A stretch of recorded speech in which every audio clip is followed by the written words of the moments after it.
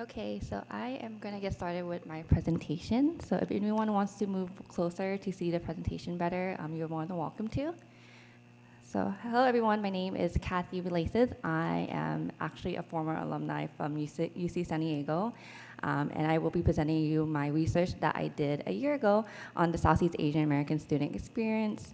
I can't believe I did this a year ago and completed the research a year ago, but here I am. So I am going to present you my research and what I found with the Southeast Asian American community at UC San Diego. So my research was centered around the Southeast Asian American students, with my research questions being, what is the impact of the Southeast Asian American identity on the navigation in higher education? How do these students make meaning of their identity and sense of belonging at UC San Diego? How can I increase the visibility of the Southeast Asian American narrative at UCSD? And how can these new insights help inform better resources and services for these Southeast Asian American students? For a little bit of historical context surrounding my research, the historical context surrounding their migration to the United States has impacted in their resettlement and survival. Southeast Asian groups like Lao, Cambodian, and Hmong find themselves a part of the second wave of migration to the United States as an outcome of the Vietnam War. These groups were impacted by several traumatic events, such as the Lao Secret War, Khmer Rouge, and the Hmong diaspora. These traumatic events influenced their migration to the United States, with most Southeast Asian Americans finding themselves being either refugees or coming from a family of refugees, finding themselves resettling in the United States after the Vietnam War. Along with the second wave of migration to the United States, they experienced a more traumatic migration journey, enduring longer periods of time in the refugee camps before the resettlement.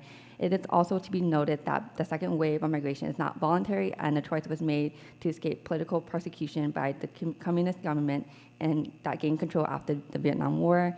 The Vietnam War destroyed the economy and the society of Southeast Asia, leaving three countries, Vietnam, Laos, and Cambodia, in the poorest in the world.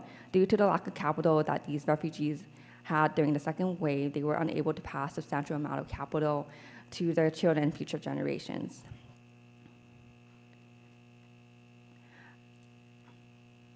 The model minority myth in disaggregating data, this perception attributes the success of Asian Americans to their racial identity, working with the assumption that they do not need help or existence. This disregards the fact that the Asian category consists of more than 30 different ethnic groups with their respective differences. The model minority is a stereotype that was coined in the 1960s that claimed that Asian people are high achieving and are able to find success because of their racial identity. And the misconceptions include thinking that Asian Americans are all the same. Asian Americans are not really racial or ethnic minorities. Asian Americans do not encounter major challenges because of their race, and Asian Americans do not require or seek resources and support, and the college degree completion is equivalent to success.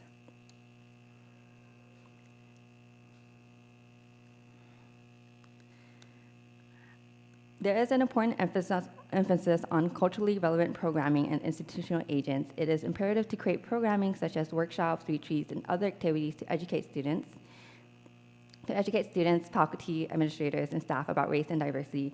Having a space to speak of lived experiences can help educators better understand the culture and history of their Southeast Asian American students, and potentially use that information to incorporate into the curriculum and programming, thus making it both inclusive and relevant for students. For the sense of belonging, the research shows that it is powerful for students to have connections with individuals and groups from their own communities on campus, having the opportunities for students to develop and strengthen connections to the cultures, and providing the chance for students to give back and positively transform the cultural communities.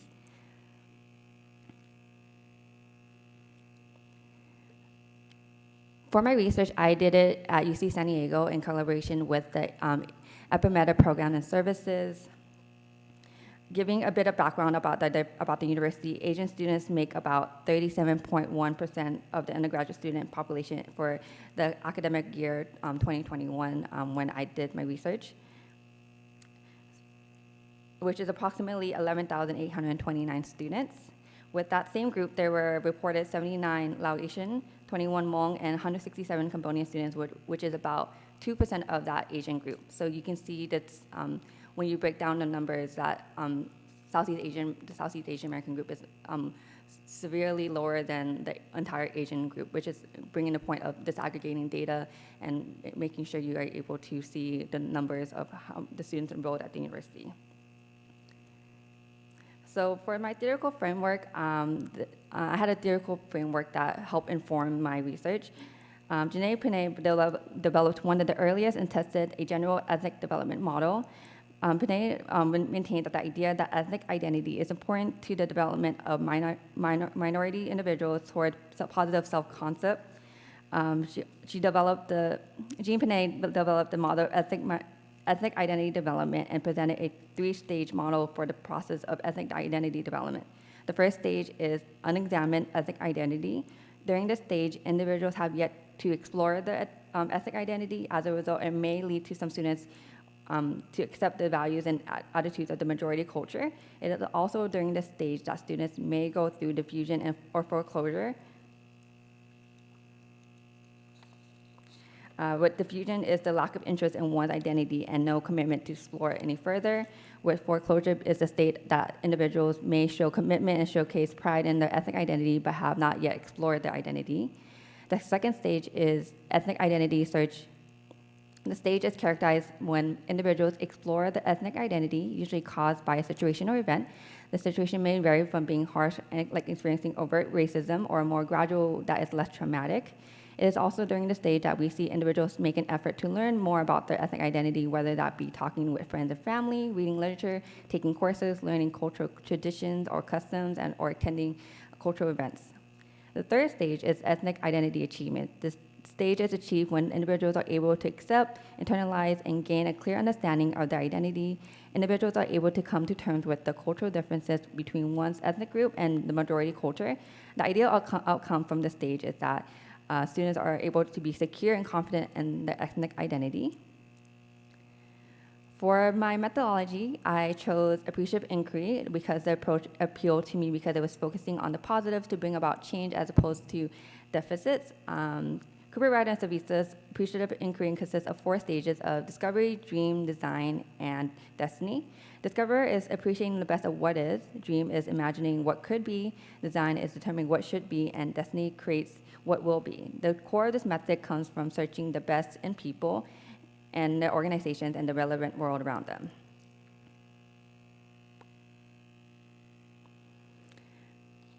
For my research, I was able to complete 3 cycles with 1 post-cycle. Overall, I had a total of 6 participants, 3 who identified as Cambodian, 2 as Lao, and 1 as Hmong. My first cycle was an online survey to gather data about these students and how they currently make sense of their identity, and recognizing that I have students from different years and they are at different points of their identity reflection. And so understanding and being cognizant of that and making sure that I have the answers for all the students. For cycle 2 and 3, they were focus groups that allow students to further reflect on their identities and experiences at UCSD. Also, being the cycle 2 and 3, they were to be with other students that share a similar identity and have a dialogue on what the university can do to better serve and support the Southeast Asian American students. The post-cycle was intended to document any learning and growth that the students may have experienced during their participation in my action research.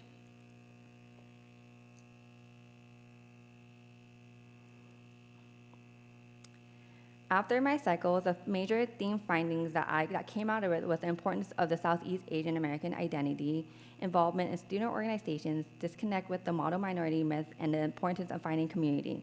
Students show that they think about their Southeast Asian American identities more times than not, making it a salient point for them.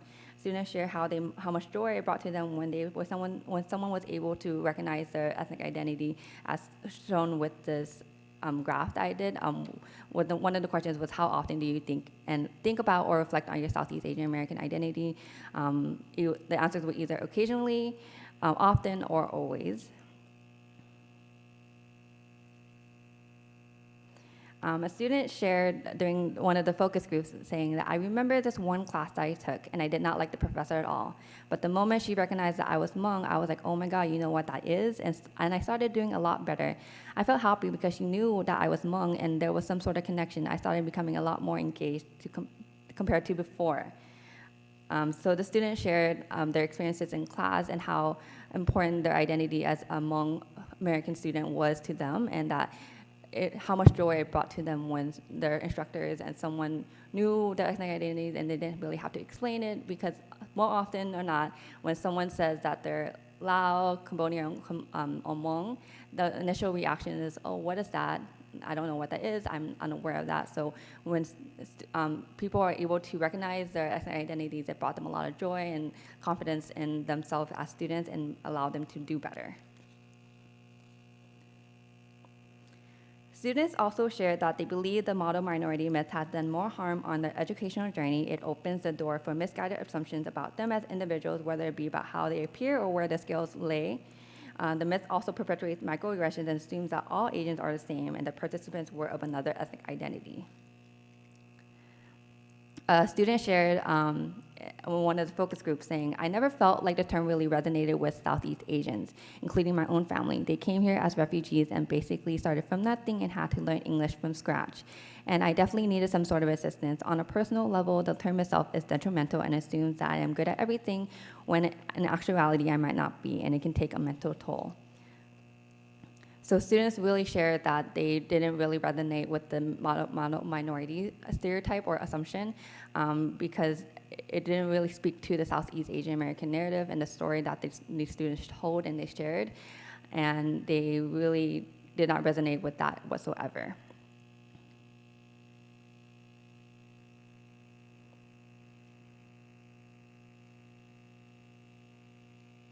One of the questions that was on the survey was they were to rank how involved they were involved in on-campus or extracurricular activities, or on-campus extracurriculars or any activities that were on campus.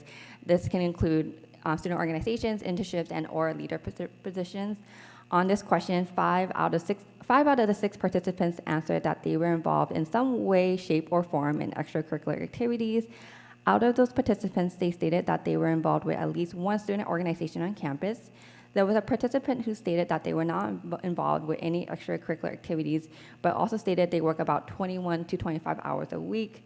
Given the nature of working off campus, that could impact what activities that they are able to partake and participate in. The student may not want to participate in an extracurricular activity that may be involved with the campus, but may want to be involved with extracurricular activities and be involved with the campus, but are unable to do so due to the commitments of work and the responsibilities, as well as this was during the time of COVID, so there was really a difference between, there was a different feeling of being involved on student organizations or anything like that versus in person and online, so that might have also impacted the way that they interacted with the campus, seeing that most of the on-campus interactions were done through online, and students may not want to participate anywhere online due to being zoomed out, Zoom fatigue, and just didn't want to be involved with anything beyond what the scope of the responsibilities in classes as a student. Students also shared that the sentiments of engagement, connectedness, and community were apparent in the answers that would define how they define their sense of belonging at UC San Diego. The more that the students felt engaged and connected to, and having some sort of community on campuses contributed to a greater sense of belonging to the campus itself. The students shared that they were a part of one student organization, and that has contributed to a greater sense of belonging, and because they were able to make connections with other students. Student organizations centered around their ethnic identity were said to be a positive experience for these students. Finding community is important because students do not meet faces who are Cambodian, Lao, or Hmong very often. The sentiment shared that it can be quite difficult to find someone with the same ethnic identity on a campus of thousands of other students, especially given with the low enrollment of Southeast Asian American students, specifically Lao, Cambodian, and Hmong. Again, it is about 70 Lao students, about 79 Lao students, 21 Hmong, and 167 Cambodian students. So the lower amount of students on the campus of thousands of other students, it can be quite hard to find connections of someone who has the same ethnic identity. The students shared that if they met someone who was Southeast Asian Americans, more specifically their similar ethnic identity, whether it be Cambodian, Lao, or Hmong, they automatically felt this sense of happiness and this connection because they were able to share an important aspect of their identity and realize that they were not alone at this campus like UCSD, which can be very big and daunting. Through my studies, these are my recommendations of how UC San Diego can better serve and support the Southeast Asian American students, but these recommendations can be applied at other institutions. My recommendations include improving data collection and disaggregating data, increasing support for student organizations and the EPIMED programs and services, and creating a space for Southeast Asian American students. Disaggregating data is important because as I've shown on the surface level, it shows that there are a higher number of Asian students in higher education. But when you dig a little deeper, it is a different picture with lower enrollments of Southeast Asian American students like Lao, Cambodian, and Hmong. Along with this aggregating data, I think it's imperative to improve how universities classify the information that they receive, because sometimes students may hold multi-ethnic identities. For example, a student may be Chinese and Cambodian, but sometimes they are placed in one group over the other, usually the Chinese group because it's the greater of the two, and that's not accurately representing the student population. So the data that I have shown may not be accurate just because students may hold multi-ethnic identities that is not really accurately represented in the disaggregated data. The EPIMED program services is not technically considered as actual student resource center. Students shared with them that they appreciated what the department has done and what they have, and because they serve as an advocate for them or working with them through the college journey. The physical space of the department is limited as there's no real space, and the department currently only, well, at the time, the department currently only had one professional staff, which is Wendy. I recommended increasing support and funding to expand to continue the work that they do and the work that they aspire to do in the future. It will allow EPIMED program services to be seen and considered more of a resource center for students. Currently, the work can be overwhelming, so I'm glad that there is more staff for the EPIMED program services compared to when I did my research, so that is a good thing, and being able to see that made me happy to see.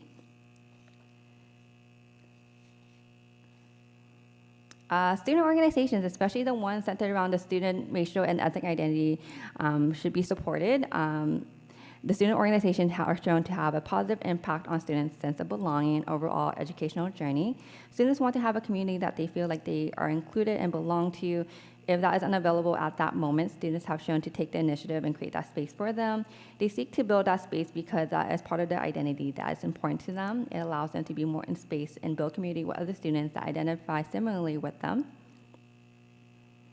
and contribute to a greater sense of belonging. And students have shared that they really appreciate being in a space with other Southeast Asian American students because, again, it is very daunting to be on a campus where it feels like no one else can relate to who you are and your experiences. And so just being able to be in community with other students and they can share their narrative and stories is really valuable to them, and they want to be able to have that space and have that community for them. Oh, okay.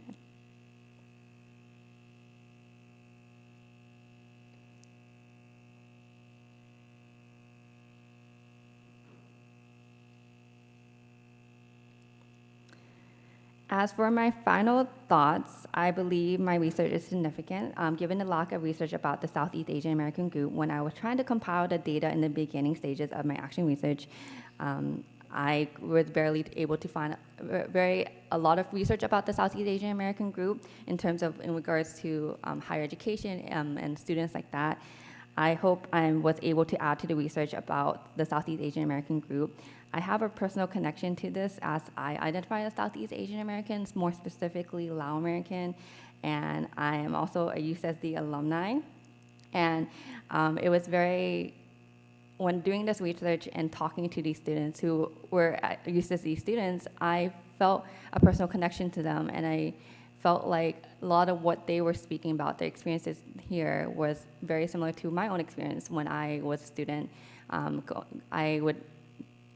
I didn't know, I knew myself I was Lao American, but I wasn't really given the opportunity to really explore that when I was a student here at UCSD, just because I could never find a community here, and I could never really find another Lao student that I was able to connect with. So a lot of the sentiments that they were sharing during the focus groups really resonated with me, and it's a little daunting to feel like nothing has really changed because I graduated back in 2017, and students are still kind of having these experiences. It's a little discouraging to find that students are still feeling that they don't have a really great sense of belonging at UC San Diego as a Southeast Asian American student.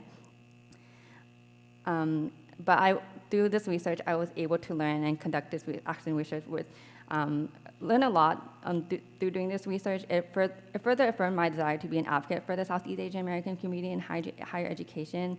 I hope I was able to provide the participants who participated in this opportunity to reflect on their identity and be in space and community with students who share a similar identity throughout the study. While my research may not provoke any sudden changes at the university level, I do hope students were able to grow from partaking in this study and learning more about themselves and others and contributing to a greater sense of belonging and community for them. I want them to know that they're not alone in higher education, and what they have to say about their stories and experiences is valuable. And then I think on a university level, a lot can be done for the students, but on a personal level, I really do hope that the students were able to take away from being in this study, and that there was someone who was willing to be an advocate for them and wanting to share the stories and the experiences that they had at UCSD. And that will conclude my presentation. So, yes.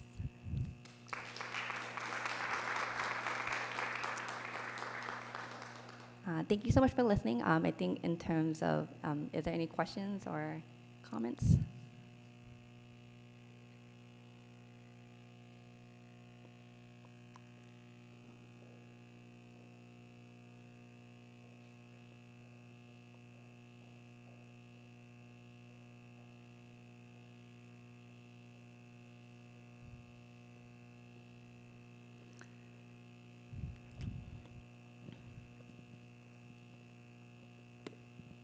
Hi, my name is Ethel from CogSci. So I missed the very first part. These were all undergraduate students, right? Yes. Did they at any point express what they wanted to do post, like, undergrad? Or can you tell us a little bit more about, like, maybe what majors they're in? Yeah, let me pull it up real fast.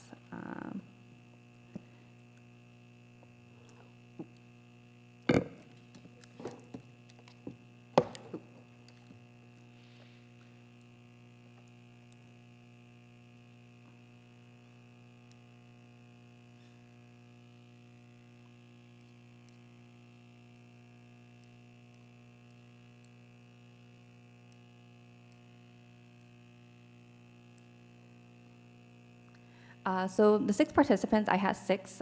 So again, I had 2 who identified as Cambodian, 2 as Hmong, and 1 as Hmong, and 2 Cambodian, 2 Lao. Okay, yes.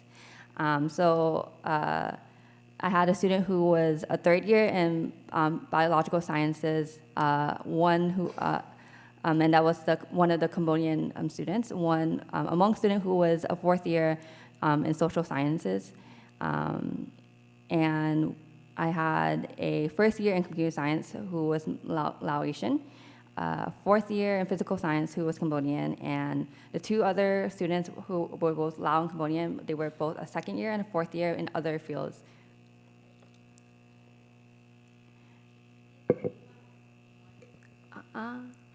Sorry, can you repeat? Yeah, I was just curious to learn, like, what they're interested in, like, post-undergrad, or were they able to connect with, opportunities for career or? So most of these were like 4th years and 3rd years, so they were already kind of thinking about the future and post-grad. So I remember one student, they wanted to be known as a Cambodian scientist. They were really involved with, they were really interested in learning about science, and they were really into the STEM field. And so they really wanted to make a connection between their identity as Cambodian to their career in STEM. And they were really like, wanting to be known as a Cambodian science. That was something that they really wanted to do. And the other students, they didn't really share what the post-grad plans were, but they wanted to really be active in also be active for the Southeast Asian American group, specifically their own ethnic identity. These students would start. A student was very active with the Hmong identity, and so the student who was Hmong started the Hmong Student Association here, led that throughout the 4 years of college. So that was something that really impacted them and how they see themselves and what they wanted to do in the future.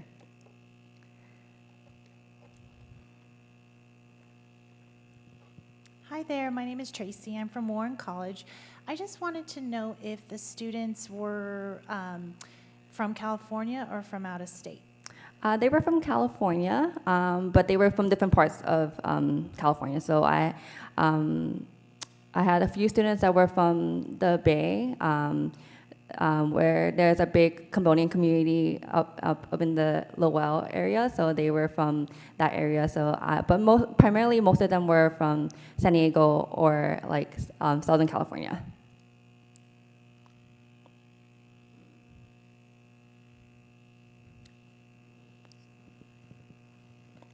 Hi, thanks very much for this great presentation. I also missed the beginning, so you may have addressed this. But occasionally you talked about the Southeast Asian community and then the more narrow community. To what extent was there an identity beyond the specific identities? In other words, would there be a reason to have a broader Southeast Asian organization, or would people prefer to have organizations that were specific to their own identities? I think at this point, to have a group that was Southeast Asian American would be beneficial, but I think it would be even more beneficial if it was specifically focused on the specific identities, just because there are differing experiences with the Southeast Asian American group, and it also includes more than just Lao, Hmong, and Cambodian. I just really focus on those three groups because they were primarily impacted by the Vietnam War, and that really impacted their resettlement here, and really that impacted their experiences in the United States. But I think at the end of the day, as long as there's some sort of support, regardless if it's Southeast Asian or even specifically Lao, Hmong, Cambodian, it would be beneficial. But again, Southeast Asian is such a umbrella term, which not every Southeast Asian group is going to have the same experiences. So I think it is beneficial to have a Southeast Asian group, but it would be even better to have more specifically to the ethnic identity, and because that would speak more to them and they would have more connection to their experiences at UCSD. Right. Thanks very much. So I missed the beginning. You might have addressed this, but I noticed that you didn't mention Vietnamese students, which I believe is according to the numbers for domestic students, was the second largest Asian American group. And of course, they will have similar experiences. How might that play into this? Can you repeat the question? Sorry, can you clarify? I noticed you didn't mention Vietnamese students, and there's a relatively large number of Vietnamese domestic students on campus. How would was there a reason for excluding that group? Yes. So I didn't intentionally include Vietnamese students in this data, in this research, just because. Sorry, let me just find.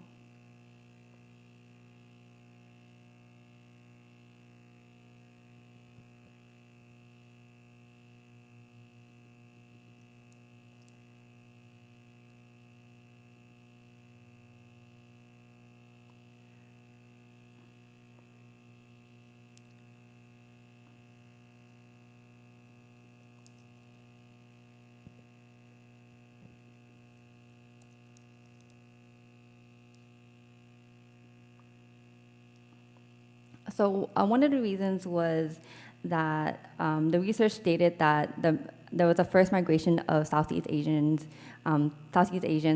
to America, and the first wave would being primarily South Vietnamese, and bringing them with a lot of substantial capital, of human capital.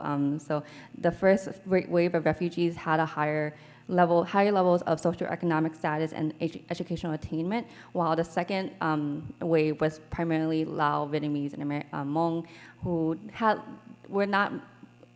did not have that much capital, so they had a harder time acclimating to the United States when they settled here. And then as well, sorry.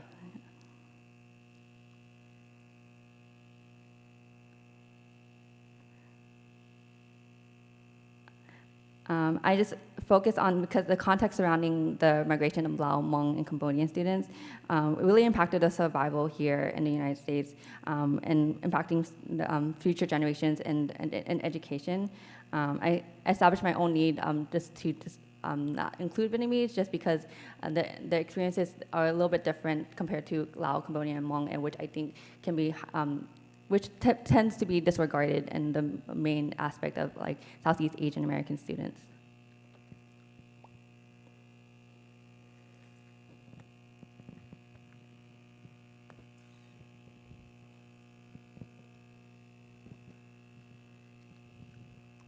Hi, thank you for your presentation. So my question is, as part of the survey, was there any, I guess, questions about resources or connections to the local community? And if so, did that have any impact on their sense of belonging here on our campus?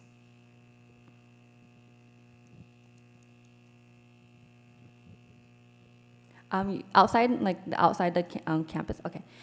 So yes, I did ask I asked questions about what resource and support that they currently have, whether it be at UCSD or outside. Students did share that they were involved with community organizations in San Diego, such as Lao SD. I'm forgetting the other organizations and groups that they were a part of, but that connected them to the communities here in San Diego, which provided a greater sense of belonging, but they weren't able to really translate or bring that to campus. So it was a very differing sense of belonging. They were able to feel a sense of community within the greater San Diego area, but in terms of bringing that on campus, it was kind of harder to do that. And they were unable to really find students that were the same ethnic identity, but they were able to find resources outside of San Diego and support.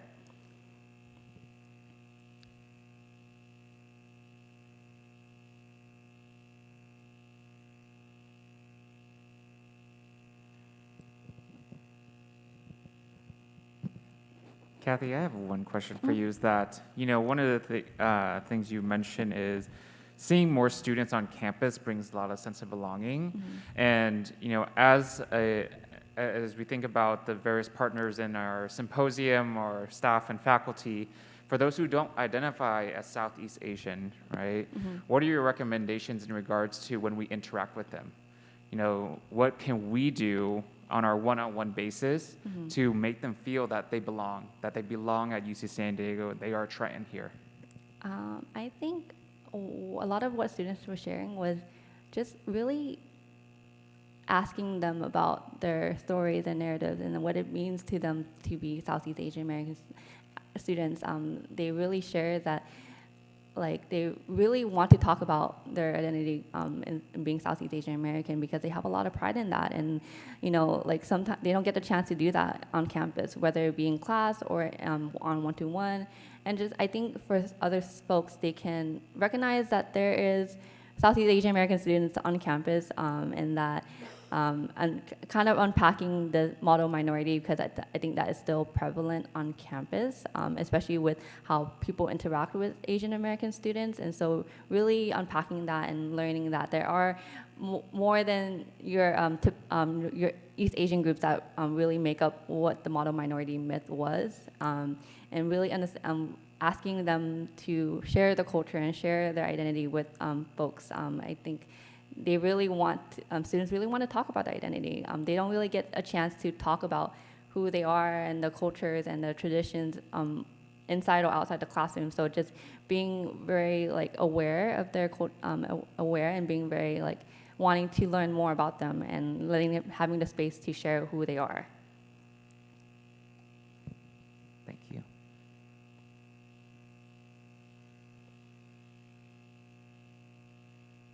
Are there any more questions or thoughts? I think I'm just kind of, this is more of a comment and less than a question. I'm thinking a lot about, the points that you made around student organizations and how meaningful they were in terms of sense of belonging and community and space of retention for the students. And I know that for our students that are very small populations, it's a lot of work to have to secure funding, to do programs and events, and how we, set them up for success when we're, it's like the very thing that they need also requires so much time and navigation skills and information and resources. And so I'm just reflecting about my processes and how I support student organizations in our area and how we might set up different mechanisms to be able to support students without putting so much labor on them for something that they've identified as critical to their retention. Yeah, that's definitely a good point. To even create and maintain a student organization is hard and difficult, and requires more than one student. And so sometimes it's very difficult for students to make connections and ask other students, "Are you willing to make a student organization with me? Are we able to do this?" I do know that there has been talk to create a Lao student organization, but that hasn't come to fruition just because the students it's difficult being a student as it is, and then having to create and maintain a student organization on top of that is not really feasible or something that they want to do, especially if they are been a part of other student organizations. I think they're aware of how difficult it can be to create that and maintain that and prevent burnout from being a student, and on top of wanting to have this club. So it's kind of a balancing act. So it can be quite difficult, especially with the lower amount of students on campus. I think also pretty difficult in this time of COVID and online learning, where students are not able to really interact with each other like they were able to before, and that may be difficult to find other students who share the similar identity, because once you turn off Zoom, there's really no way to really connect with these students outside of the Zoom, and Zoom fatigue is very real, and that was something that was very prevalent in my, that was a challenge I went through with my research, just because it was the height of the pandemic, and just everything on Zoom was very tiring. I feel like if it was more in person and I was able to gather participants in person, I would have a different, I feel like I would have more participants, because again, I only had one Hmong student, which doesn't speak to all the Hmong experience, and so they're not the end all be all of the Hmong experience at UC San Diego. So I think the pandemic and Zoom just really played a part in how my research played out.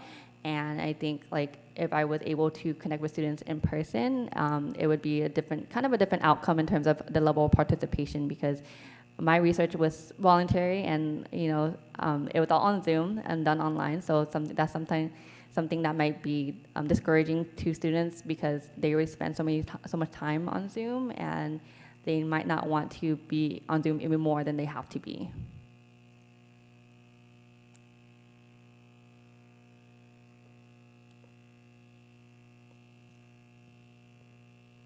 Are there any more questions or thoughts?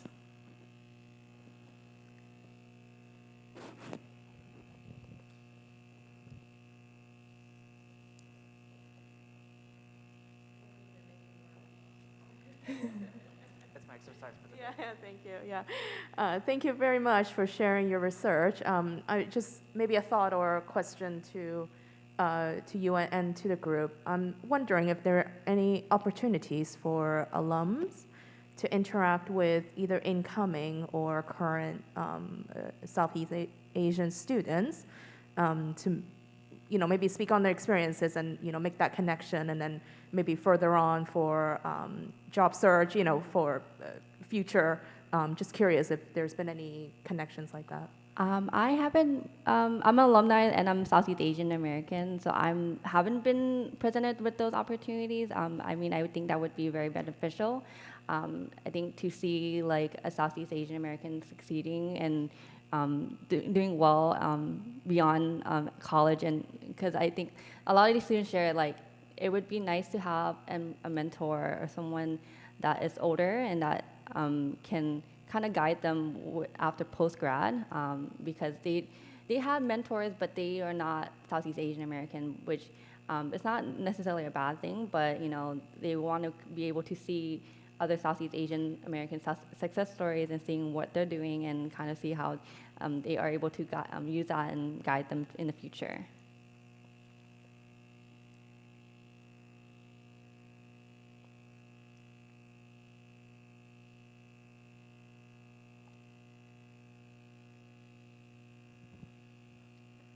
All right. Oh, no, I see. I'm involved in the Black Alumni Council, so I am aware that there is an Asian Pacific Islander Alumni Council as well. And Margaret, who's attending the symposium, is the co-chair, and so I think she's a great point to connect. I know that it went dormant for a little while, but that they're working to bring the organization back, and so that could be an avenue for those connections.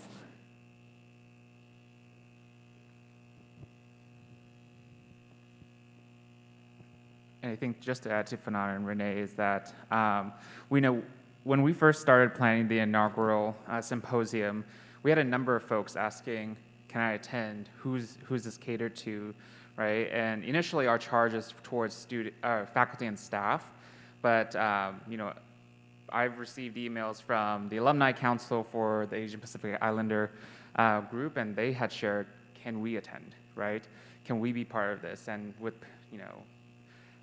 now, I won't tell you when I received that request, but trying to accommodate and also be mindful of COVID and all the spaces that we hold, I think that's something we look forward to in the future, is that as we look at the symposium, how far does this go and what can we do to invite those that can make that change, be part of that creation. So just wanted to provide some additional context too.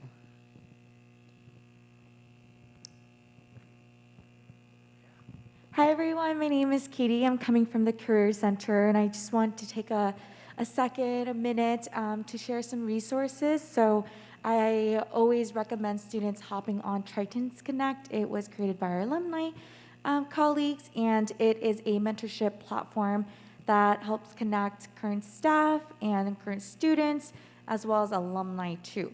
So it's a great way for you to visit the directory and see if there's any folks that are in the field that you would want to be in, or in a career position that you would want to pursue one day. It's a great way to start establishing that connection.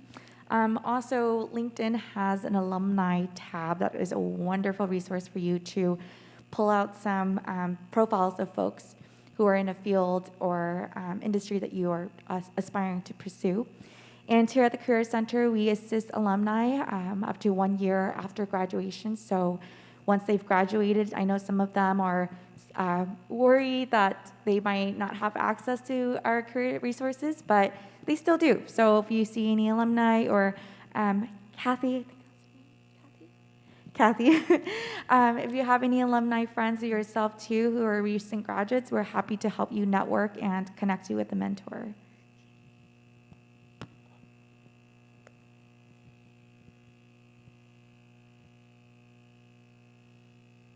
All right, with that being said, thank you all for participating. Please give a round of applause to Kathy.